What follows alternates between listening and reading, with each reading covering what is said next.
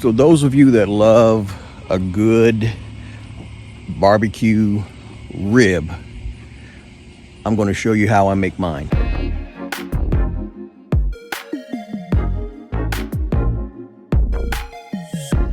So I started this probably about 4 hours ago, and this is my smoker here.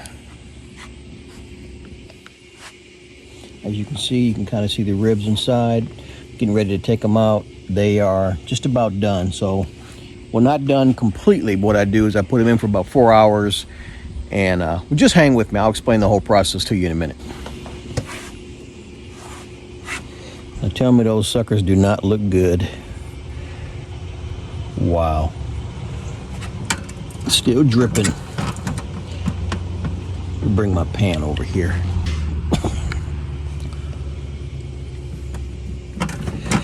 So one of the things you want to look for when you make ribs is you want to have like a specific bounce. So if you look at how the ribs are kind of bouncing, that's about the flexion that you want when you make your ribs.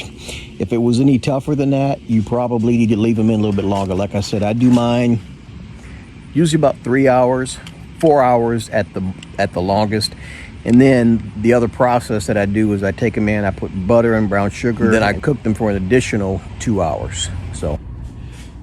So normally when I make my ribs, I typically have my own rub that I make. As you can see, I've used about all of it, so I need to make some more.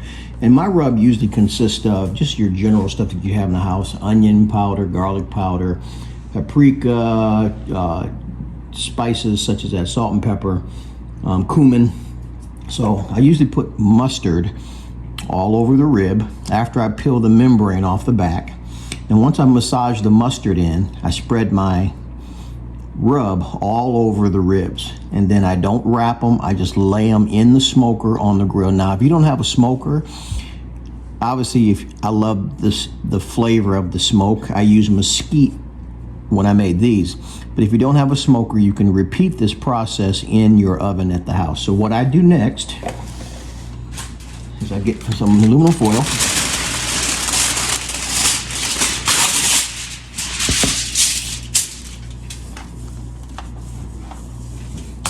First thing that I do is after I take them out, after they have smoked for 4 hours, or after you take them out of the oven, what you want to do is you want to flip them upside down. Look at the crust on the rib from the rub. So the one thing you want to do is you want to get you a knife, get you some brown sugar, and I'm telling you folks, you won't even need barbecue sauce. This stuff tastes better than barbecue sauce. And basically what you're going to do is you're going to put butter, just like you see me doing here. Doesn't really matter what. I actually like Kerrygold, so I'm using Kerrygold. I'm actually using the unsalted kind because your rub has enough salt in it. You really don't need a ton more salt. Then you just take your brown sugar, sprinkle it liberally, or I should say aggressively. I like a lot of brown sugar. Probably not the best for my body, but hey, you only live once, right? All right, so once I get it on like that, well, I actually should have did this first. So what I do is I take more butter, kind of lay it on the bottom here. As you can see. Put more brown sugar on top of my butter, and as you can probably tell, I'm going to lay my ribs right on top of this, like so.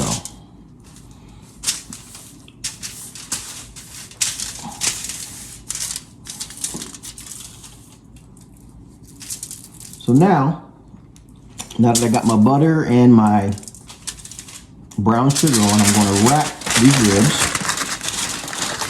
twice.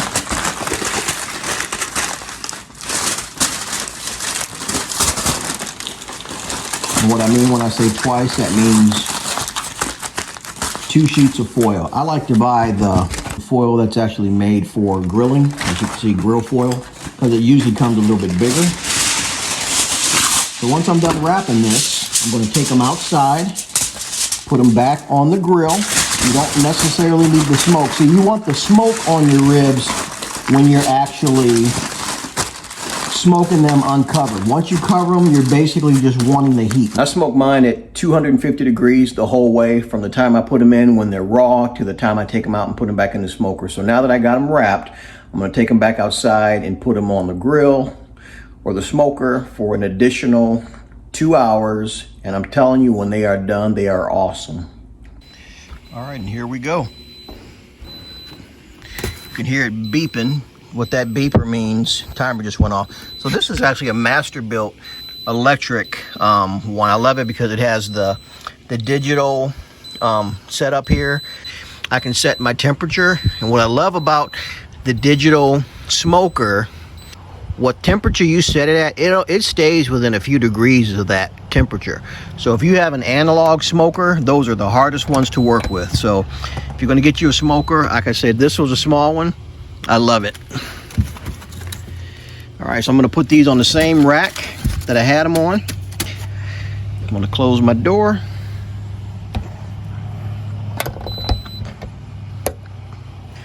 And I'm going to set the temperature for 2 hours, still at 250 degrees. 2 hours. All right, it is set. So now we're just waiting for that buttery brown sugar goodness. This is the finished product. This is what it looks like after 2 hours, still at 250 degrees.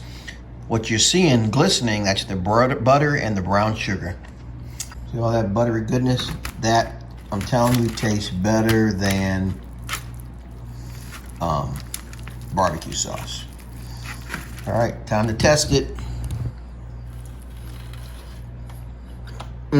Oh my gosh. So good. Talk to you later.